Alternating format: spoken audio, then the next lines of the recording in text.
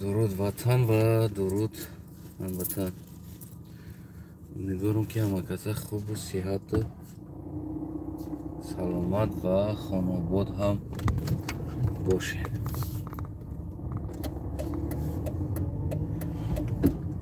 و امروزه صحبت ما هموطنای عزیزم کم می باشد درباره استقلالیت وطن، استقلالیت سرزمینمون ویم میروه و امیدوار هستم و هر یک انسانی که گوش میکنه سخنه، یعنی بچنی عقل خودش گپی مرا بگیم که میفهم، یعنی که چقدر فهمیش داره و او انسان همون قدر میتونه سخنی مرا درک کنه و همون قدر میتونه پراویلنه بفهمه.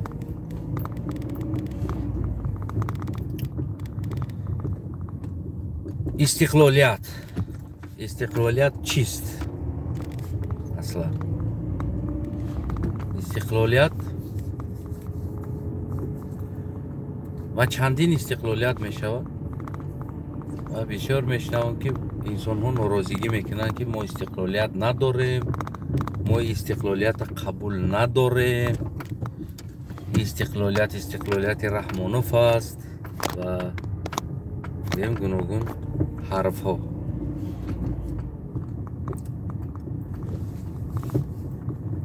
استقلالیت چیزی است که ترا به رسمیت دیگر انسان میشناسند تو مستقل هستی، یعنی که ایرا میگن استقلالیت. من یک بارم در همین موضوع استقلالیت صحبت کرده بودم که ما واقعا دولت اولا شکرانه میکنیم و یکتا و یزدانی که برای ما، یعنی که یک دولت که امروز دنیا او را به رسمیت میشناسه، دنیا به قطار دیگر کشور دولت دیگر چیزها، یعنی پرچم تاجیکستان همچون مستقلانه پر میزنه. این چیزا فراموش نکنید.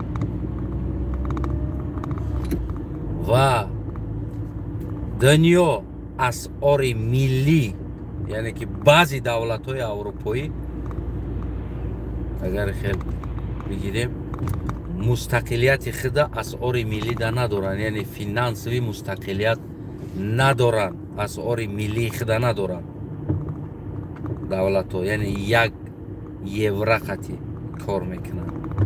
یعنی ما از این معلوم میشوه بعضا از دولت های اروپایی بازم مستقل تر هستیم که ما اسعار ملی خدمت نداریم. پرچم و گرب و گیم که در تمام کشورها صدا میته، دیار ارجمندی من، دیار ارجمندی ما، و وقتی ما سر عزیزی تو بلند بود، سعادتی تو دولتی تو بگزند بود، یعنی این نشانه استقلالیت ما هست. بسیار کشورها هستند، مثال گیریم حتی که میخواهند، مثال گیریم اویغور، کردستان، همین قدر میخواهند که استقلالیت داشته باشه. و دیگری پاسپورتی که ما داریم در دنیا او را به رسمیت همچون یک پاسپورت کشور قبول کردگی است و ما قطعی پاسپورت که در بالاش گرب تاجیکستان که ما در تمام کشورها سفر میکنیم، یعنی که یک مستقلی داریم. بعضا انسان ها مستقلیت یکان شکرها میدونن، رنگ ممالی وارد شکرها و اولیچگی میگه که مستقلیت شکرها و اولیچگی میدونن بعضا انسان ها. من فکر میکنم هم که تصور دارم، یا که میگن که من مستقل باشم باید چیکار کنم، با خورم با پشت با من همون بگیم اوقات بیارم بتم، پول بتن ماهانه، یعنی مستقلیت نه چیزا میدونم. آن چیزی آرزو دارن بازن انسان ها و ما نفرت میکنیم، میگیم که مستقلیت از ما نیست. ما نداریم، مستقل نیستیم. ما зависимі از روسیه هستیم. در دنیا یک چندین دولت بزرگی است که держава یعنی کنترل میکنه و قطعه های زمینی که دیگر دولت ها زیر کنترل او است را میفوره نمیفوره. گفتی هم گپا باید یا این قطعی باشی یا او قطعی نباشه گرگت میخورم. و بدن ما با روسیه انا بگیم که این را ما میخواستیم نمیخواستیم باید با روسیه میبدیم. یعنی این تریتوریا با تقسیماتی بالایی همون ورخونی وشی بازینگرایی که همون دنیا را کنترل میکردگی ها تریتوریا در تریتوریایی یعنی که حیاتی در پادسموتری روسیه موندگی است. این را ریشت میکنن بالا که با کدام طرف قطعیت سلام علیک کنی و خودت هم تصمیم تا میگیری. روسیه را میگوی که طلاق مبته ما میرم دیگه کس قطعی. این چیز است. ببینین ما امروز مستقلی خودمونه با امید میگن که یک کایک پوستک علو زده استیم میزنیم اکم خیلی نیت داریم. یعنی این را ما قبول نداریم. ما انقلاب کنیم مستقلی خودمونه میاریم برای شما میگیم که نه ما مستقل ما نیخویه یکون وقت با این دولتی کوچکمون مستقل نمیشیم. طولی باید ما باشیم یا با یکون دولتی بزرگتر. اکانومیکا خواهی نخواهی از تمام کشور اکانومیکا این امروز نشان داده ایستاده است. یک روسیه را قطعی اوکراین جنگش اونا شوبرا و طرف اقیانوس این طرف اقیانوس استرادت کرده است. یعنی که اکانومیکا وابسته هست. ترا محقول است محقول نیستی چیز تو باید پدککای تا کرشه باید بگردی و تیم بولی که ما دولتی ما که توالت بوماغ نمیبروریم چون مونا توزه کنیم بعد ریدن. بعضا ایده های غلطی انسان ها نمیدونم در خیالات خود زندگی میکردگی انسان ها تصور میکنن این چیزا که من فردا مستقل میشم. روسیه را میگم پشال نخیر، خیتای میگم ایدین نخیر، امریکا را میگم دیدین نخیر، ما بخگی میکنیم. نه این چیزا تصورات شما است، این خیالات شما است. برای شما را پیخت میکنن. گفتی هم گپا لیپیوشکای نپختگیر نیم خوما میخریم بعد میگن او موزولیم. نه این چیزا فراموش کنین. خواهی نخواهی با یک دولت نه با یک دولت یعنی پدکریش او باید هستی. این را تدا محقول است یا که محقول نیست. برای که ما اوتاری او رو وینی نیستیم که سمستایتیلنا زندگی کنیم. ما تتپوپو میکنیم فقط. این چیزا امروز و فردا فراموش نکنیم. مستقلی ما بله ما نامستقل در یک چی هستیم؟ در سخن یعنی در وطن خودمون سخن مستقل آزاد گفتن نمیتونیم. یعنی این چیزا نداریم.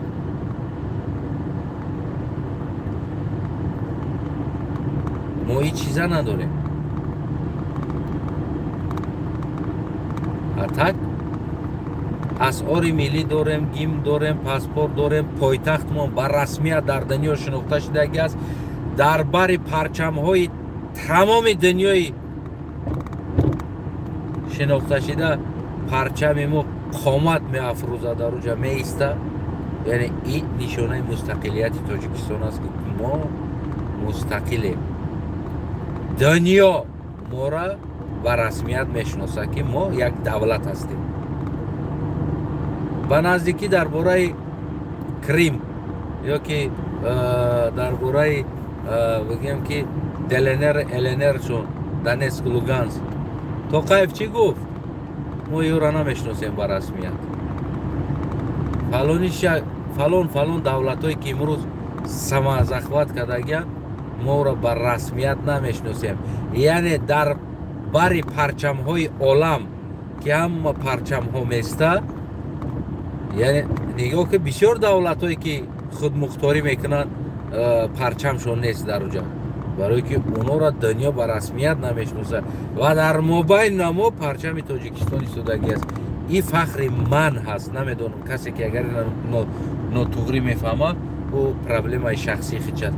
این فخر من است که ما دولت مستقلیم ولی اکونومیکا لبوی دولت зависимый داره. من میگم که اروپا را بعضی دولتاش مستقل نیست، اسعار ملی خیلی نداره، با یورو سر کار میکنه. فهمی نمیرم و ما اسعار ملی خودمون نداریم. значит ما در اسعار ملی از بعضن دولت‌های بای دیده که ما مستقل‌تر هستیم. از بعضن دولت‌های میلیونر دیده ما با نام قشاقیمون مستقل‌تر هستیم. اگر خلاصه کنکریت نه گپ بگم که مثال من درباره امام علی اولین پرزیدنت گفتن تاجیکستان بسیار در مسنج دیگر جو اولین پرزیدنت قوار محکم بود، اولین پرزیدنت فلانی بود، با اگر قانون بگیریم آواز او گرفته بود، نکی او را سر کردن امام علی آمد. کراچی این چیزا را حقیقت چکه مجبوریم گپ زدیم ده. جایی ده برای شما مخکول نمیشه و جایی ده بگیم که شاید قدر شود کنیم. گفت که همون روسو که همه گپ خرینیه بود و ما خستیم همه در اینجا برای خودشه یک تاریخ ساز بود. میخواستن تاریخ بسازن. امروز لوکاشنکو را تماشا کردم. لوکاشنکو هم برای خودشه یک تاریخ ویینی ساخته استاده است. در مسنج ما هست. میگه یا воевал, в учебке воевал میگه. Мы были учебни БТР میگه. Снаряд میگه реактивный попал наш БТР میگه. Мы были в БТР 8 человек میگه. Снаряд میگه реактивный снаряд попал, у нас میگه БТР взорвался میگه. Развернулся, взорвался. Все 8 человек умер میگه. А долбоёб нафамида истудаст ки میگه که мы были 8 человек. А потом все 8 человек умерли. اینا برای خیلی تاریخ ساخته است. همون زمان СССР распад خورد. کراچی قوای СССР نرسید. قوای СССР در دیگر منطقه ها لازم شد برآورد تاجیکستان برد. تاجیکستان به صاحب ماند. کنکریت نشه گپ زنه. هر یک انسانی که 4 آدم پشتیبان داشت خودش 4 آدم گپی او را گوش میکرد گرفتن میدان برآوردن. بنام خود چون گفتن ما راستخیزیم، ما چپخیزیم، ما راستخیزیم، ما برکخیزیم. نبتر یک علاقه چون گروه تشکیل کردن برآمدن میدان تشکیل کردن. این میدان آهسته آهسته با تیرکشی اومد. ما همه شکو ایالا گوش کردم برآمدم. نماینده و بدگی انسانا را هر یک کس کو خودش تعریف میکنه و میگه که ما بودیم، ما زور بودیم اونجا ده. من همه دون میو شایگی اومدم جا فقط یه دینی ما بودیم. ایش همه گوی میگه اینجا ما بودیم، ما اول قطعی SSSR رقابت میکردیم.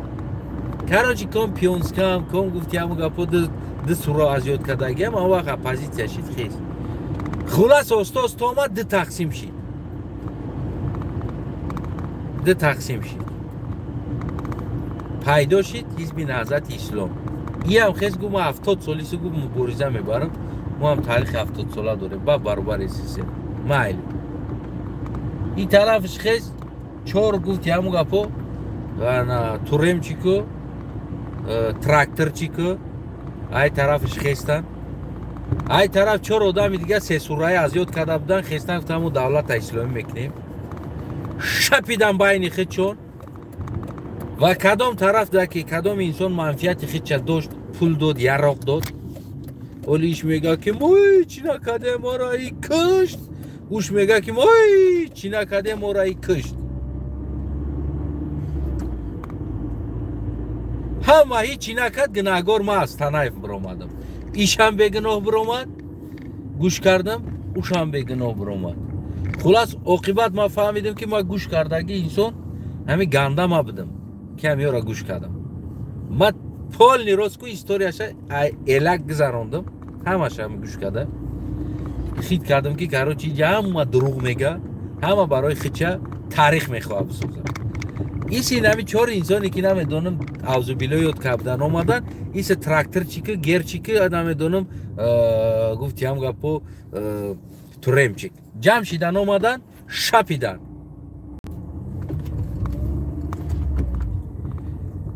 هفتاد سال دیپلماتایی که از خوجند بودن آشکار شگب زنه دم با تای کنده جقیدن گریختن. بعضا انسان ها میگن که امام علی بازوری سر قدرت اومد میگن ده.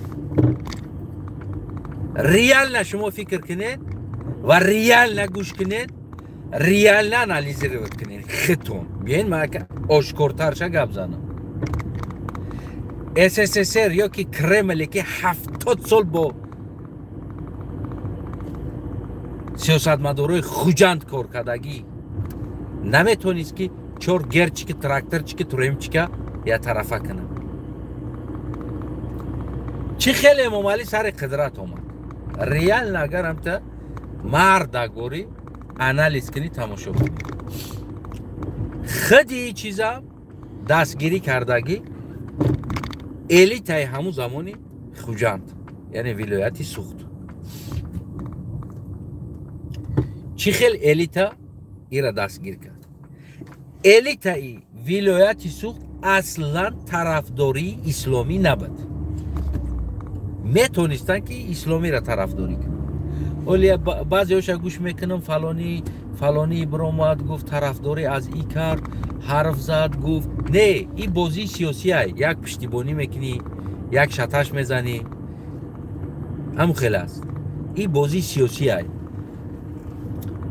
الیتای خوجا نمیخواست یعنی که ریلیگیوزنی انسانو بیاین قدرت ده و قطعی یا 70-30 یا 10-5 کرده 5-1 هم کرده یعنی حکومت داری کردن نمیتونستن. برای چی؟ برای که الیتای خوجنده میجخیدن. همین نخ بگوی تو کافیریت اوزی رم هست که همین چیزو ولی نه چیزا بگوی که چی خیلی است میگه تو باور نداری زنش تو کافیریت کلمات ارزه که زن تا نیکو که طلاق شد زنت خونات ویران شد حرام شد همش. همین گپ قطعی بگیم که همین چیز قطعی الیتای خوجند و الیتای خوجند اصلا تیار نبود کار کنه بایو. الیتای خوجند آمدن امام علی رحمان از 100% پدرج بود کرده تعریف تفسیرش داده فقط با یک مقصد بود.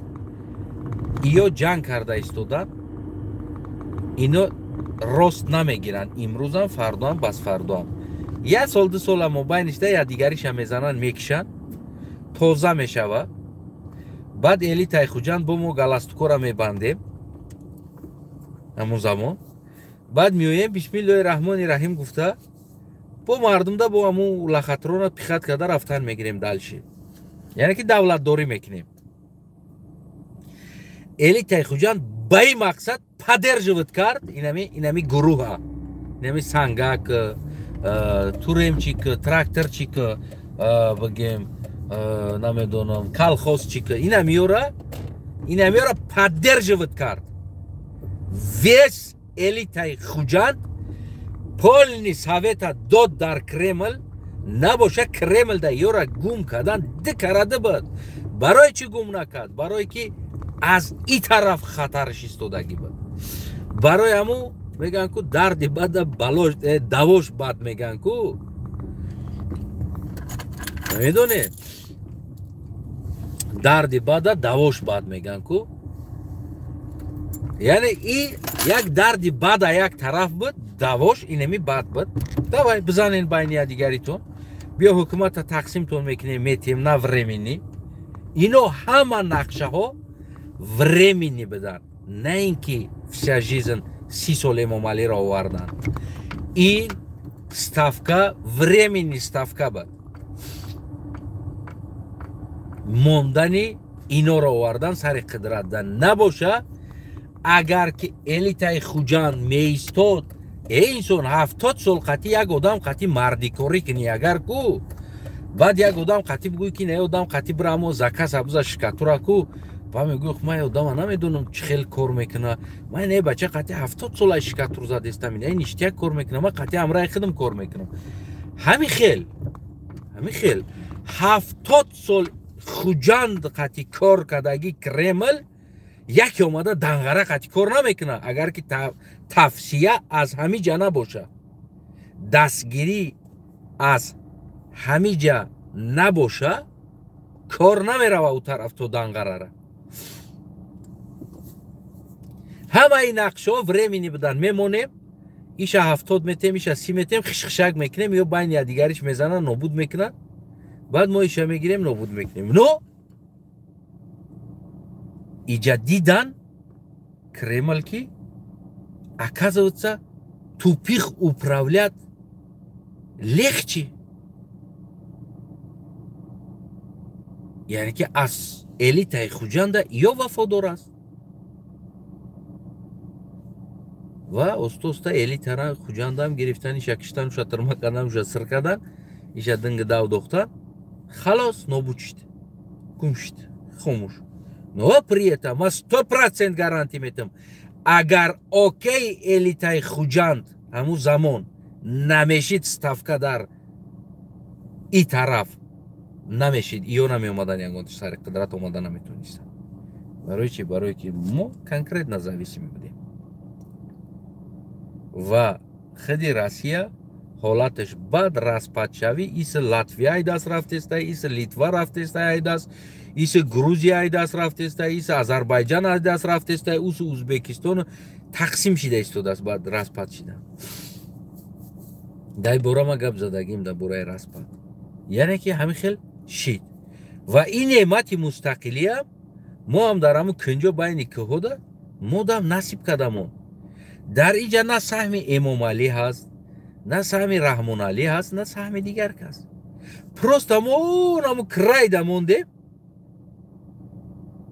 наму крайда агар мо ранги наи доғистон ранги бигем чечен ранги наи татаристон агар мо россияда часпидагӣ мебудем наздиктар мебудем мо хер мегирифтем мустақилира хер медоданад ки ту мустақил шавӣ мегашти рангуна мо паспорти урусиқатӣ пули урусиқатӣ байроқи россияра бардошта россия гуфта мегашти просто мо крайда мондем крайда билин ёро чико кардан дар корад بیایدم خوبش یک تاجیکستان گفتنی دولت مستقلیش بتیم و هم باین خداشون این طرف ازبکستان این طرف قرقیزستان دو طرف ترکنیشی او طرف افغانستان اینجا تاجیکستان هم بو ساز میشه یعنی که پروست پدرکه است این مستقلیت برای ما یگون سهم یگون چی نیست و کم ترکه کشیش کم ترکه جنگ جنجال و اومدیم مستقل شدیم و امروز اسعار ملی داریم و غیره و غیره و غیره و غیره و غیره ما امروز داریم امروز این فخر ما است اگر امام علی اشتباه کرده باشه امام علی نمیدونم کدامی را کشته باشه میگم که امام علی کدامی را زندان کرده باشه امام علی ما را روز دادگی است امام علی و چای ما را جمع غم دادگی است اکای ما دست یو مرد این پرابلما یعنی که با این پرابلمایی که بگیم که ما خطی امام علی کردیم این معنای را نداره که ما مستقلی خودمون را رد کنیم وقتی که تو مستقلی خودت رد میکنی تو دکزت کرده ایستادی که من مستقل نیستم پاسپورت ما فالشیوی است bayrak ما فالشیوی است پول ما فالشیوی است خاطری که امام علی دیکتاتور است تو مشکلی با امام علی داری یا مشکلی با مستقلیت مردم سوال شما ده شما مشکلی با مستقلیت تاجیکستان دارین یا مشکلی با امام علی رحمان определяться کنین اگر که ما مشکلی با مستقلیت داشته باشیم پس بیا چپا کنیم مستقلیمونه بگیریم در حیات خیتوی در ازبکستان در قرقیزستان در افغانستان داخلش کنیم پس ما نخرینیم مستقلیت در کار گفته برای که خاطر که امام علی دیکتاتور بود در اینجا یا که اگر ما تو مشکلی با امام علی داشته باشیم پس مستقلیت خودمون باید همچون یک گوهره که چشمی من تو هر یک تمام چه خیلی که احترام مادرمون داریم چه خیلی که احترام بگیم پدرمون داریم همچنان احترامی باید مستقلیمون داشته باشه ما فخر کنیم که هستن ملت هایی که 30 میلیون 40 میلیون هست نیکی ندارن مستقلیت ما فخر کنیم که این نعمت این نه تشبوس امام علی است نه تشبوس رحمان علی است من گفته ایستادم که پروست تشبوس اونم کرای بدگیمون است این تشبوسی هم این ملت است. روی همو هموطنوی عزیزم قربون چرنی گلزه شما درست درک کنین. حاجی ما این مستقلیت قبول نکنیم بگیم ما انقلاب میکنیم مستقلی خودمون رو میسازیم، بعد ما با یک گروه دیگه میوید هگه یارا مستقلیشون ندرست بود، این قطعی خیتای کار میکرد یا این قطعی امریکا کار میکرد یا این قطعی اروپا کار میکرد یا این قطعی روسیه کار میکرد، یا مستقل نبودن میگه یا زویسی میبودن، بعد میگه من مستقلی خودم نوشم میسازم. این همین هر سال هر 10 سال 20 سال بعد نو مستقل میشیم. این از پرابلم ما ویچ تاریخ خودمون نابود کرده آمدگی. بعد دوا از کیم که میکنیم که تو ها بچه تو خود دور بالا بردار مستقلیت. ما امروز فخر میکنم با بایرقم، ما امروز فخر میکنم در لبوی با گیمنم، امروز ما فخر میکنم با پاسپورتم که نام پاسپورت ما خودم مستقل احساس میکنم، غلام نه زاویسیمی نه. بله سیاست داره، پالیتیکسکی زاویسیمی داره، بله سیاست داره، فینانسوی زاویسیمی داره از یک کشور. این دولت از کشور هست. ما با 15 کیلو پخته تمام احتیاج مردم حل کردن نمیتونیم. با این نراد لینیوی که ما داریم کارناشایی هم اصلا کار نمیخوام بکنن، اصلا یک اختراق نمیخوام پیشروی بکنن، فقط اجداد میکنن که یکم پاسردنیک یا دا کار بته یا براون کار بزنن، بعد هم پاسردنیک پول بته کیدت کنن، بعد خیلی خدا از کو هم بخشیدیم دعوا ریزای بابی اورامون گفتن. این مستقلیت ارزش دادن در کار است. بالاترین چیز ما میگیریم که امروز ما با نام تاجیکستان و با یک پرچم با گیم با اسعار ملی با تمام چیزمون ما امروز مستقلیم. این خیالاتون از کلتون دور کنین که برای کیک ما پوستک بسوزیم. پرابلم ما قطعی ممالی داریم. من قطعی مستقلیت پرابلم ندارم. ما پرابلم سیاست ندرست امامالی دارم.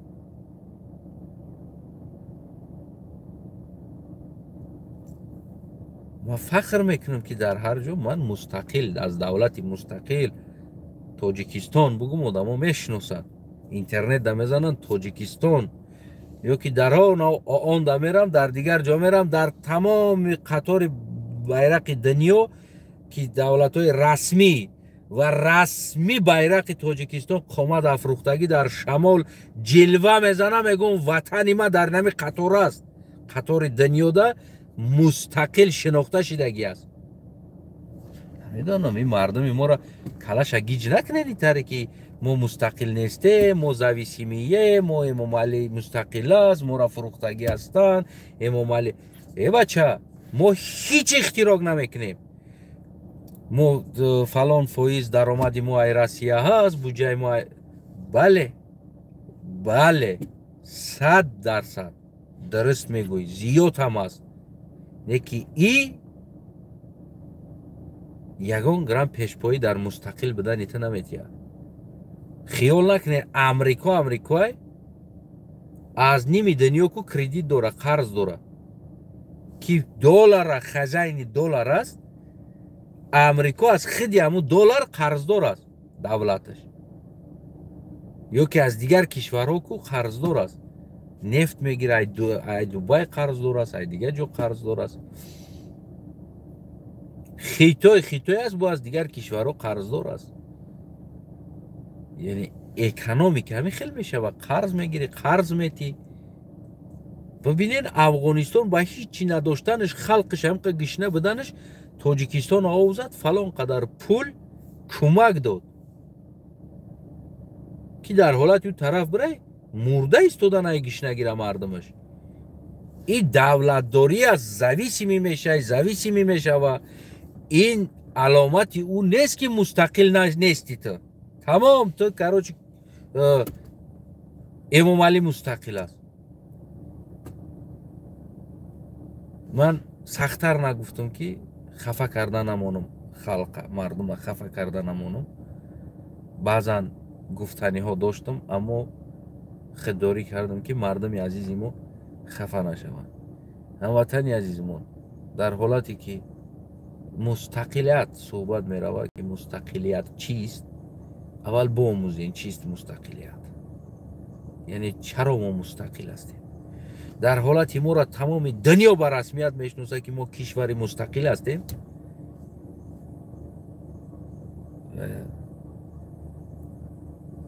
خودتون میخیزین میگین ما مستقل نیستیم. میدونه نمیرم مرا علم میکردگی جوش چی است. من از بیگونگون هرگز ننولا میگه هر چی در همه خودم توف کرد همه خدیام توف کرد گفتگی برین همه وطن همه گده. من از بیگونگون هر چی هرگز ننولا میگه هر چی به من کرد همه مردم خودم کرد. برای همه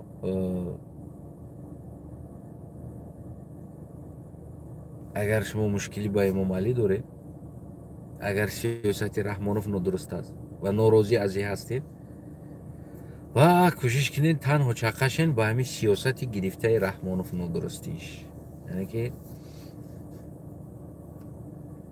کوشش نکنین که رد کنین اون چیزی که ما داریم، کوشش نکنین رد کنین اون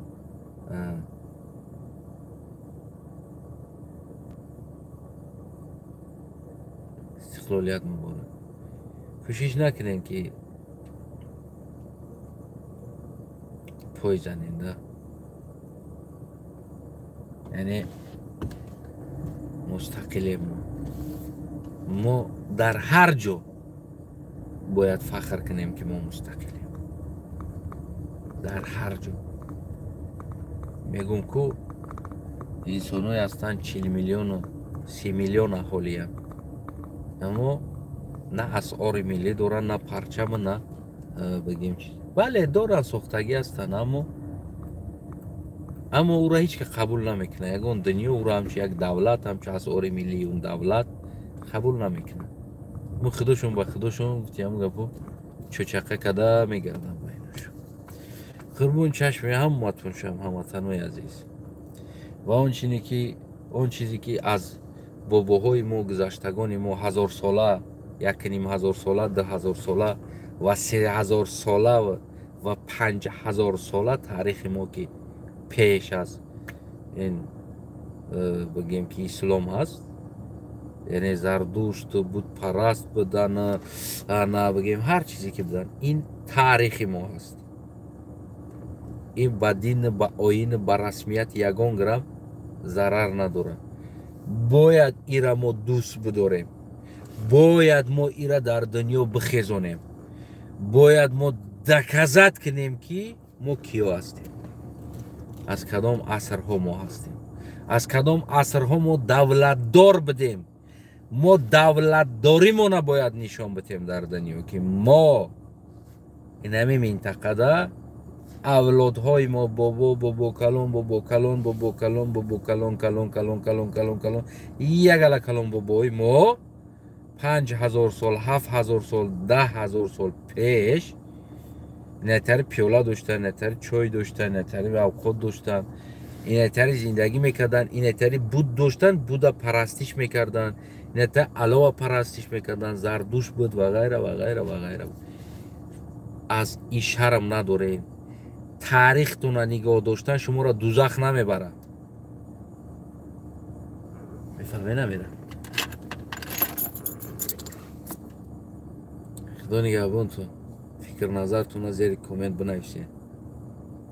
باید بردیگه که استقلالیت به همه تاجیکستانی کدامی که این استقلالیت قبول داره فخر میکنه از استقلالیت، فخر میکنه از پرچمش، فخر میکنه از گیمنش، فخر میکنه از اسعار ملیش، فخر میکنه از گربش، فخر میکنه از تمام پایتختش که امروز در دنیا پایتخت تاجیکستان رسمیت شناختگی هستند. دوشنبه از این چیزها فخر میکنه. زبان رسمی دولت یعنی که زبان تاجیکی این استقلالیت ما است، نه که زبان روسی نه اینکه زبان انگلیسی، نه اینکه زبان خیتایی، زبان تاجیکی. و امروز الفابتی که ما داریم و امروز الفابتی придумать کردگی هستن، این هم یک تاریخ است برای ما و با این چیزا ما باید فخر کنیم که ما در کونی چه روسی کو دنبک زده جه کدگیم، در تای کونی کی روسی کو حلقه زده قش کدگیم، در تای کونی هی روسی کو حلقه زده کو خی روسی هش کدگیم. فهمیده؟ ای هم بقاگی ما را نشون میده که در تای دم چون حلقه زده قی و هی کگیم. تکشتو فکر نظراتتون زیر کامنت انتظار میشم. قربانی چورنی گلازتون، استقلالیت مبارک باشه به همه هموطنای عزیز ما مشکلی با سیاست ممالی دارم، ما مشکلی با وطن و تاریخ وطن و بگیم که اون مستقلیت و چیزای وطنم ندارم. خدا نگهبانتون باشه. ممالی تو دم مبارک شوه استقلالیت.